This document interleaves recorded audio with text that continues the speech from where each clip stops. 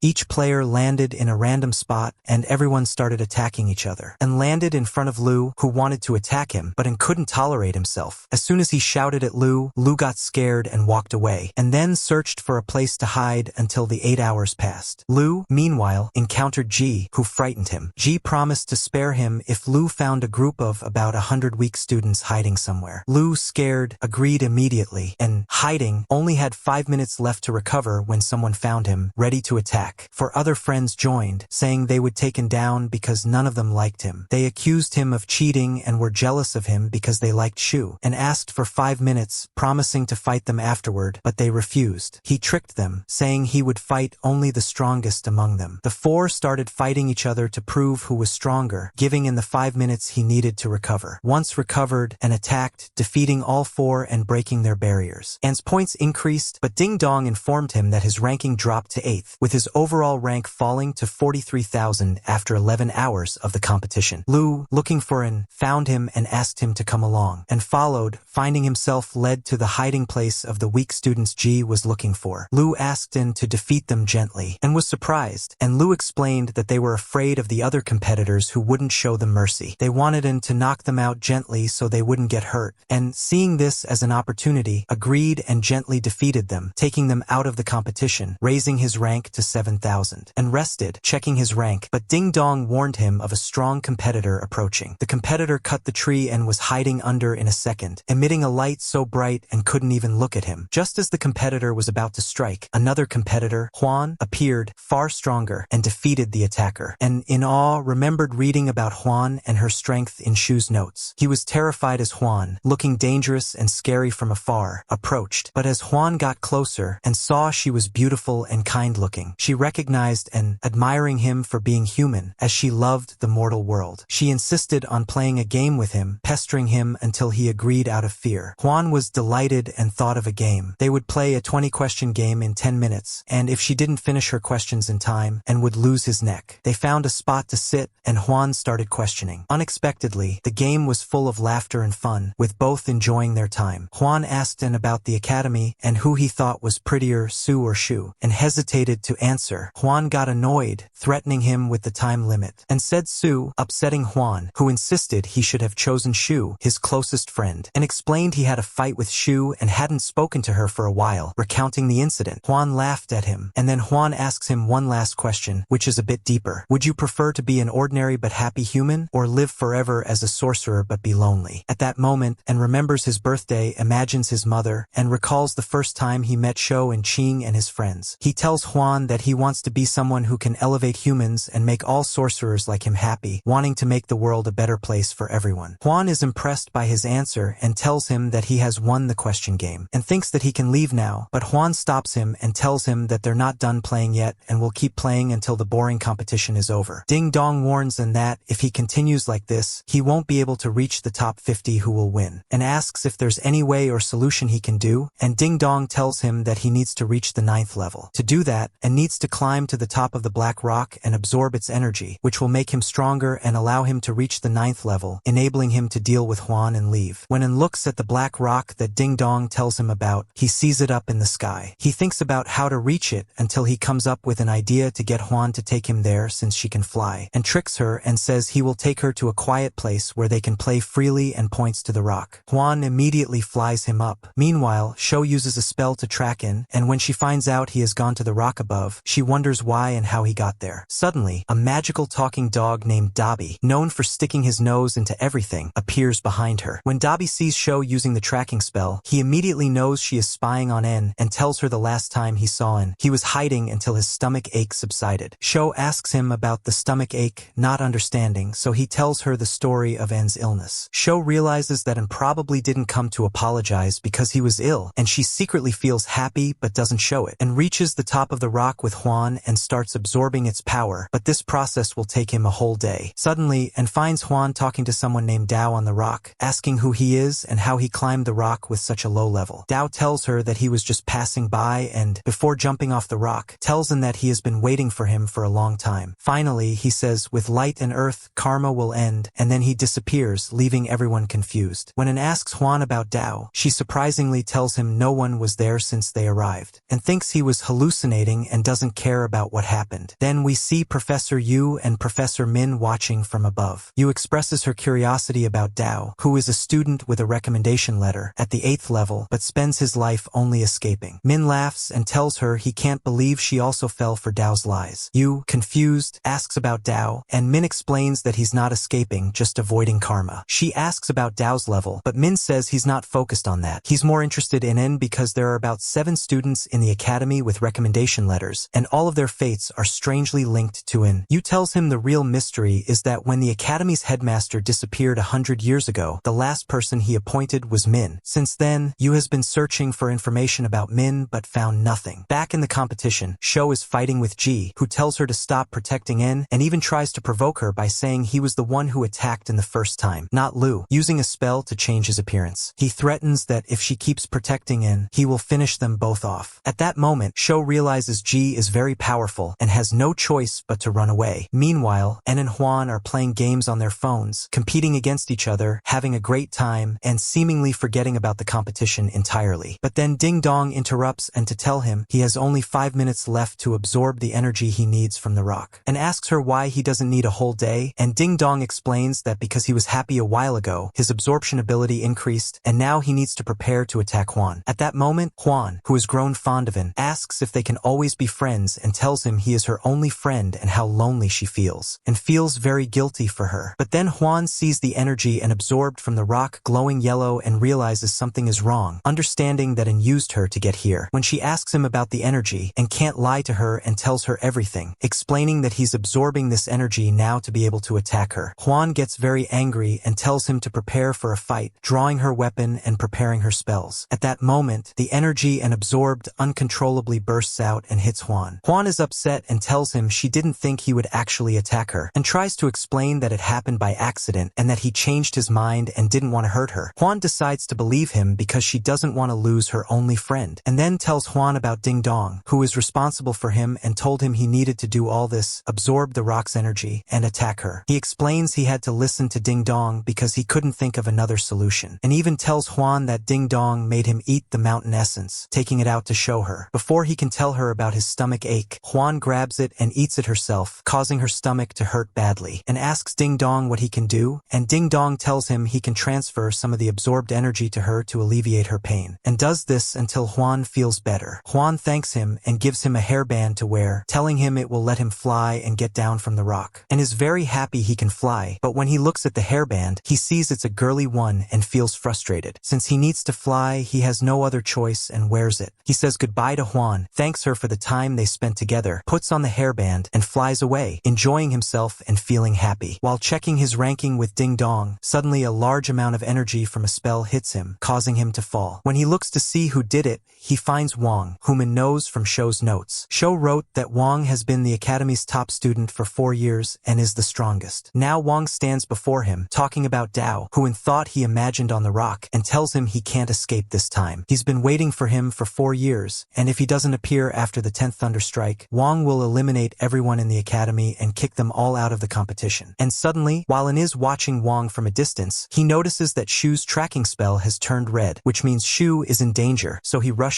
to the location marked for him. As for Shu, Ji is still chasing her, but this time he's not alone. He brings his friends and they surround Dabi and Shu. Ji starts arguing with Shu, telling her that this is the last time he'll tell her to stay away from An. Shu gets angry and taunts him by praising An in front of him, accusing Ji of being jealous of An because he's stronger and saying that Ji hates him out of fear, nothing more. Ji gets really mad and is about to finish her off and eliminate her from the competition. But An arrives just in time, and with the force of his entry, he knocks everyone back, including Ji. At that moment, An takes Shu and Dabi and moves them a bit away because he sees Wang's thunderbolt coming down on them from above. The thunder electrifies many participants, knocking them out of the competition. As for Shu and Dabi, they are fine because the hairband An was wearing created a barrier that protected them from from the thunder, but unfortunately, Wang's powerful thunder broke the hairband. Then, there is a scene of Dao sitting and receiving a thunderbolt that doesn't affect him, and he says that he won't be affected by karma, but we still don't understand what he means. After that powerful thunderbolt, we find that most participants are out, and not many are left. Ji and some of his friends are still there, unaffected by the thunder. Soen, as soon as he sees them still there, gives each one a blow that finishes them off. When En is about to hit Ji, Shu stops him and tells him that Ji was the one who disguised himself as Lu and attacked him, and she makes sure he takes it easy on Ji when he hits him, to the point that Ji gets scared of both of them, and reassures him and tells him not to worry, but then hits him in the face, sending him flying. When En defeats Ji and knocks him out of the competition, his level increases, reaching level 9. Then he goes to Shu and apologizes to her, explaining everything that happened and why he couldn't come to apologize earlier. Meanwhile, Wang is still waiting for Dao to appear to him, and when he doesn't find him, he prepares a spell to eliminate everyone still in the competition. But then Su and Qing come to stop him, and Su blocks the spell. And Shu, thankful, watch from afar, cheering for their friends. But Wang is very powerful, and they can't handle him. He knocks Su out of the competition, so Qing asks everyone still in the competition to raise their hands to the sky and channel their energy to him, so he can defeat Wang. Everyone does this, giving him spiritual energy, but still, it's not enough. Wang defeats Qing and knocks him out of the competition too. From the amount of energy released from Qing when he was knocked out, it reflects and bounces back towards En and Shu, and tries to prepare to block it, but he sees Dao appear in front of him, and as soon as he touches the energy with his finger, it disperses. Then Dao looks at En and asks if he learned that finger move. Then Dao tells him to get ready because next time, En will be the one looking for him, and disappears after saying that. At that moment, En doesn't understand anything at all. Ding Dong appears and tells En that there's no one left except him, Shu, and Wang, making it nearly impossible for him to be in the top 50 without turning into a girl unless he defeats Wang, and feels a bit hopeless because it seems impossible to defeat the strongest one in the entire academy, but he has no other choice. He shouts as loud as he can, challenging Wang, and breaks Shu's barrier, knocking her out of the competition so she doesn't get hurt. Professor Min and Professor Yu are watching what's happening. Yu wants to stop it because she's worried about, and since Wang's power might not just knock him out of the competition but could kill him. However, Min stops her, saying what she's thinking of doing is forbidden and against the competition's rules. So Yu holds back and continues watching to see what will happen. Wang uses all his power and prepares a very powerful spell, throwing it towards En, and uses another spell to block Wang's, but An's spell breaks, and Wang's spell continues towards him. At that moment, En remembers Dao asking if he learned the finger move. He tries it, pointing his finger at the incoming spell. The move works, breaking the spell and reflecting it back at Wang, breaking his barrier and knocking him out of the competition, and wins. En's ranking skyrockets, not just placing him in the top 50 but making him second. Everyone claps for him, and his friends are happy for him, except Ji, who looks at him with envy and hatred, seemingly ready to finish him off at that moment. After that intense battle, En gets a bit sick and has to stay home for 10 full days. After recovering, he finds that he's become very famous, and his popularity has spread throughout the spiritual world. He receives many gifts from the academy for winning the competition, and En is very happy with his life and what he has achieved. When he returns to the academy, his professors choose him, Shu, and Qing to go to the mortal world, an event that happens once a year where all the professors gather and select 3 to go to the mortal world for responsibilities they will learn about once they arrive. The professors also make En the leader of his friends Shu and Qing for their journey to the mortal world, and is very happy and wants to share his joy with his friends, so he announces that he has a surprise for the entire academy. He will buy them whatever they want from the mortal world. They just need to give him the money in the spiritual world, and he will handle the purchases in the mortal world. He tells them to come the next day and register with Su what they want exactly. Everyone cheers for En and is very happy. Huan also comes and tells everyone that she and En are starting a game club open to everyone, regardless of their level. Everyone gets even more excited and can't believe it, including Wang, who stands and claps for En, while Ji stands there shocked, seemingly the only one who doesn't like En. He tries to turn his classmates against En, but no one listens or cares, which frustrates and angers him more. As for Huan and En, they seem very close in front of everyone. Shu, seeing them, recalls the hairband En had and realizes that Huan was the one who gave it to him. She feels jealous of Huan but doesn't show it. The next day, almost everyone in the academy goes to En to register what they want. There are so many people that Shu, Qing, and Su help by distributing papers for everyone to write down what they want. Ji sits aside, watching En and feeling very jealous to the point of tears. Huan goes to En and shows him the number of people wanting to join their club, joking and laughing with him. Qing, seeing this, is surprised at how nice Huan Yuan is, not her usual nature. When he mentions this to Shu, he finds her unfocused, staring at An and Huan, daydreaming and feeling jealous. Qing pretends not to notice her jealousy and walks away as if he said nothing. Later, Professor Min approaches An, startling him because everything Min has said to An has been bad. Once he mocked him for having a 0 level in front of everyone, and another time he told him that much blood awaited him. But Min reassures An, saying he's only there to ask for things from the mortal world, and relaxes and feels reassured. Min then continues, saying he has some news to share, and gets scared and doesn't let him finish, thinking he can't take any more bad news, and runs away. Min laughs at how he runs off, and Sho comes and asks Min about what he wanted to tell An because she is curious, but Min is hesitant and doesn't want to tell her because he wants An to know this himself. However, Sho insists a lot until Min tells her that An's journey to the human world will be very dangerous for him, filled with many challenges he cannot handle, and he might die. Sho becomes very scared by his words and worried about An, deciding to protect him at any cost in the mortal world. Then, the time for An, Qing, and Sho's journey to the mortal world comes. They go to the gate that is supposed to transfer them, and before they enter, they say goodbye to Su, Dabi, and Huan. Each one encourages An for his journey and tells him what they want from there. Qing starts casting a spell to open the gate, and as soon as it opens, something long like hands emerges, binding An and pulling him towards the gate. At that moment, Sho remembers Min's words and gets very scared, so she runs after An and grabs the hand that pulled him, getting dragged along with him. Dabi, Su, and Huan run to help them, but Qing stops them, saying that he will go with them, and he enters the gate quickly before it closes. Inside the gate, An is unconscious, and Sho tries to wake him up. At that moment, the hand binds her too, and they both pass out. They arrive in the mortal world, but find themselves in the sky with no hands around them and start falling. No one is conscious until Ding Dong intervenes and starts waking An until he wakes up, terrified to find himself falling with Sho next to him, and tries to act but doesn't know what to do until he decides to hold Sho and cast a powerful spell to slow their descent to the ground. They fall and hit the ground but do not die because of An's spell, sustaining only minor injuries. Qing comes to check on them and help, healing all of An's injuries, and jokes and laughs about what happened, and Sho messes with him because she was very scared, but An tries to calm her and reassure her that it's over. While they are laughing and joking, a girl from the mortal world named Tian arrives on a plane and tells An, Qing, and Sho that she is an investigator and they must come with her. At that moment, Sho feels uneasy about Tian and doesn't like her but has to go with her. They enter the plane, which also has human guards, and Qing is fascinated by its appearance, taking pictures of everything around him. Then An talks to Tian, introducing himself as the leader, and asks why they were brought here since they did nothing wrong and were just on a peaceful journey. Tian laughs at him and mocks him because he is still at the 9th level, the weakest among them. Sho gets angry and raises her sword against Tian, who feels insulted and raises her weapon, challenging Sho. Sho tells her that if she doesn't like their presence and mocks them when they did nothing wrong, why did she bring them in the first place? They argue angrily, almost starting a fight, but An tries to calm them down to no avail. Qing intervenes, casting a spell to calm them. Sho feels she was wrong and apologizes for getting so angry, and Qing accepts her apology. Tian tells them to prepare because they will be leaving the plane soon. She talks to them until the plane lands, explaining that in the human world or the mortal world, there is also a world of magic similar to the spiritual world, just weaker. There are wizards and strange things too, and many years ago, there were conflicts between the mortal world and the spiritual world. The mortal world doesn't like the spiritual world because the spiritual world makes them feel inferior. The plane lands and opens in a huge underground base, and they all exit, looking around in awe. In the place, there are other people, including a woman named Yuan, the head of the Wizards Alliance in the human world. When An sees her, he is starstruck because she is very famous and An is one of her biggest fans. Yuan welcomes them, introduces herself to the others, and shows them around, explaining that the reason there are many senior wizards today is because they will fight against the devil's followers. Then a man named Shirgu, also an official in the Wizard Alliance, tells An, Qing, and Sho that the reason they are gathered here now is to send them back to the spiritual world, and is very surprised and asks why. Shirgu tells him they have faced many difficulties in the human world for a long time and always asked for help from the spiritual world. When they finally responded, they sent 3 kids still in the academy, which felt like an insult, so they don't want to accept any help from the spiritual world and tell him to deliver a message to the spiritual world, telling them not to send their students to the human world again and that any problem will be solved by the human world's wizards. Sho then tells An and Ching that they should go back because she feels uneasy about what's happening. But suddenly, a red alert sounds, warning them that the Blood Clan is about to attack. Yuan is shocked because this means that a very strong clan, the Blood Clan, has allied with the Devil's followers, which is very dangerous since they are two of the greatest evil forces in the human world. Ching and An ask the others to let them help, and An says he has no connection to the conflicts between the spiritual and human worlds. He just wants to help for the sake of his city because the clan was going to attack the city he lived in before going to the spiritual world. Shirgu gets very angry and shouts at them, saying they will return to the spiritual world now and tell them that the human world will never need them. In his anger, he casts a spell to push them towards the gate, but Ching blocks it. Ching tells Shirgu they will duel to see who is stronger, and if Ching wins, they will let them defend the city with them. Shirgu agrees and scoffs at Ching because he is much stronger due to being older. But Ding Dong appears to An and advises him to take Ching's place and stand against Shirgu because he is the leader, and listens to her and says he will duel Shirgu. As they prepare to duel, Tian comes from behind An, shouting that she will never allow him to hit her father, and she starts fighting him. Her father laughs because An cannot defeat her at first, but within seconds, An gains control and easily blocks all her attacks. Sho is very happy and mocking Tian. At that moment, Tian gets very angry and casts her strongest spell on An, but he easily blocks it and reflects it back on her. Then he turns to face Shirgu, casting an emotional spell that makes Shirgu remember old memories and cry, allowing him to attack without resistance. Yuan stops An from hitting Shirgu, saying he has already won and she cannot believe he is this strong, and tells her this means they can fight with them. Yuan tells him there is one more test. If he passes, she will allow them to join the battle. The test is to endure her spiritual attack for as long as possible, and An agrees. Yuan creates a spiritual barrier around him, but Tian, still angry at An for defeating her, runs to attack him, hitting the barrier and passing out, almost dying, and catches her, breaks the barrier with his strength, and saves Tian. Yuan and Shirgu are amazed by his incredible power. Tian wakes up and thanks him for saving her. Yuan apologizes to An, admitting her defeat and saying it will be an honor to have his help. Then the red alert sounds again, warning of the Blood Clan. Shirgu grabs An and Tian, trying to bring them closer, saying that since they are the same age, they will go to the clan's location and gather information. They go through the gate to a place called the Ghost Village. An and Tian stand together for a while, deciding what to do. Tian tells An they need to know the enemy's strengths, weaknesses, and numbers to report back. In the midst of their planning, An notices a fog approaching from afar. Tian gets startled and tells him that this fog is poisonous and could even steal their souls and kill them. At that moment, Ding Dong appears and tells An that she has a special ability he can use to see through the fog and neutralize its poison. Tian then opens a device she has and detects that there are only 2 high-level enemies in the fog. She sends this information to the headquarters so they can decide what to do. After finishing, she tells them to hurry and hide before the fog reaches them. At the headquarters, everyone is busy planning their next move, especially since the enemy ahead is very strong. Shu and Ching ask to be sent to fight because Shu is worried about An and wants to stay by his side and protect him at any cost, constantly recalling Ming's words. We then return to An and Tian, who are preparing to retreat until someone from the headquarters can join them. However, An tells her to wait a bit and uses Ding Dong's ability to stop the fog from advancing. He enters the fog and uses the eye technique she mentioned, discovering that there are actually 4 enemies, not just 2. He quickly exits the fog, grabs Tian, and they run to hide. He tells her to inform the headquarters that the information she sent was wrong and that there are 4 enemies in the fog, 3 from the Blood Clan and 1 demon follower. Tian then asks An why they haven't attacked them yet, and laughs and tells her that he cast an emotion spell on them and they are currently crying, which he did to delay them until help arrives from the headquarters. As they wait, An recounts to Tian what happened a few minutes ago. We see the 4 enemies in the fog talking about how surprised they are that only 2 kids were sent to fight them. They laugh and decide who will kill An and who will take care of Tian. One of them says not to rush because the fog will kill them on its own. However, they then find An standing before them in the fog, counting them and asking how they are 4 instead of 2. They are shocked at how he entered the fog without issue and how he's ignoring them. One of them gets angry and is about to attack, but An casts the emotion spell on them, leaving them crying. He runs off, laughing, with Tian also laughing in disbelief at what he did. Back at the headquarters, Shu and Ching continue to plead with Shirgu and Yuan to let them help in Shirgu and Yuan refuse and send 2 others who are stronger instead. Shu disagrees and insists on going, but Shirgu stops her and has one of the others cast a spell on her to calm her down. Shu tries to block it and tells Qing she is sure and is in danger and needs their help immediately. Qing believes her, casts a spell to block Shu and the others, and says if they fail, he will offer his head instead. He then takes Shu and enters the portal. Shu attempts to follow, but Yuan stops him, suggesting they monitor other areas instead. An alarm goes off again, indicating the enemy is breaching Zone 2. When Yuan tries to gather information on the enemy from their devices, they find the enemy's power is unknown and can't be determined. Yuan tries to get images and is shocked, along with everyone else, as they see a group called the Black Feathers, who are known to be more dangerous than others. Yuan instructs an assistant to send a message to the spiritual world, informing them that the Black Feathers have invaded the human world. She then tells the others to prepare and opens the portal to lead them all into battle, starting with Zone 3, where the Black Feathers are located. The first person steps into the portal, but as soon as he gets halfway through, he starts convulsing and is pulled back, emitting black smoke and dying. Shu casts a spell on the portal, but it backfires, and the portal starts turning black. Things begin to emerge from the portal, and thick black smoke fills the area. Everyone passes out from the smoke. A girl from the Black Feathers steps out of the portal, looks at everyone unconscious, and says to herself that their number is good, but they're still missing a particular person she's thinking of, though it's not clear who yet. In the Ghost Village, En and Tian are planning their next move since no help has arrived yet, and tells Tian they should attack the enemy before the spell wears off. They are about to move when Shu and Qing arrive just in time. They sit down again to plan from scratch, and informs them that there are 4 enemies, not 2. While they talk, Tian's device lights up red, which is a bad sign. The device shows they've lost contact with other areas, and shortly after, it indicates they've lost contact with the headquarters as well. Tian and the others are shocked, realizing something must have happened to those at the headquarters. Unsure of what to do, everyone looks to En as their leader, but he is also at a loss. Tian suggests they retreat to their own world since this isn't their place or war, and to leave before something happens to them, and refuses, saying they should at least try to liberate this area and then see about the other areas. Everyone agrees, and Tian, moved by his words, thanks him for standing by them, but hushes her, sensing something wrong. He tells them the enemy's crying has stopped and they are now very quiet. When he peeks out to check, one of them grabs him by the neck and lifts him into the air. She then lets him fall, and Qing rushes to help since En can't fly. The others attack Qing, preventing him from escaping to assist, and Shu and Tian run towards him, trying to catch him before he hits the ground. Shu leaps to catch him, but a demon follower strikes her with lightning, causing her to fall to the ground. Tian, terrified for En, charges at the one who attacked him but can't defeat them. Qing intervenes, trying to stab the demon follower with his sword. Shu rushes to protect En, fending off attacks directed at her. A Blood Clan member grabs En again, lifting him into the air. Finding him still alive, she decides to drain his blood until he dies. However, En, still somewhat conscious, casts a spell to escape her grip. He succeeds, and Shu seizes the opportunity to finish off the girl who was about to kill, and Tian also defeats another one of them, and Qing manages to stab the demon follower in the heart. Before they can rest, the Black Feathers portal opens behind En, and a member of the Black Feathers pulls him inside. The others can't save him in time, and it becomes clear En was their target all along. We then see En and everyone from the headquarters in a place belonging to the Black Feathers. Shu